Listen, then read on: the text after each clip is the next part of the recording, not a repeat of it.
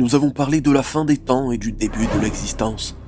Mais, entre ces deux événements, pour quelle raison Allah subhanahu wa ta'ala a-t-il envoyé l'ensemble des prophètes et messagers? La réponse est simple, l'unicité, at-tawhid.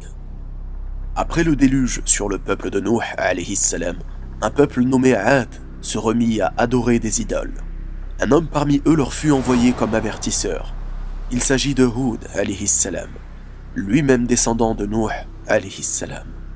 Une des particularités de ce peuple était de renier le jour du jugement dernier, un des 6 piliers de la foi.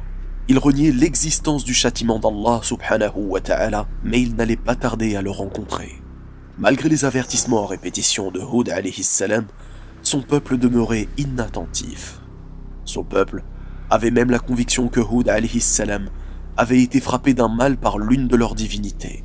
Ceci constitue du shirk dans la seigneurie, car seul Allah subhanahu wa ta'ala a la capacité d'affliger un mal ou de donner une guérison, et ceci fait partie de la gérance.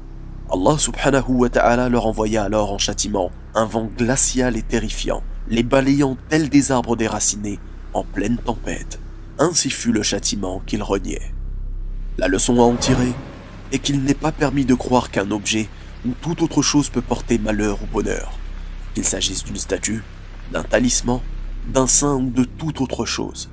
Et encore aujourd'hui, des gens pensent qu'un trèfle à 4 feuilles, un bracelet, une pièce ou tout autre objet peut les protéger ou leur porter bonheur.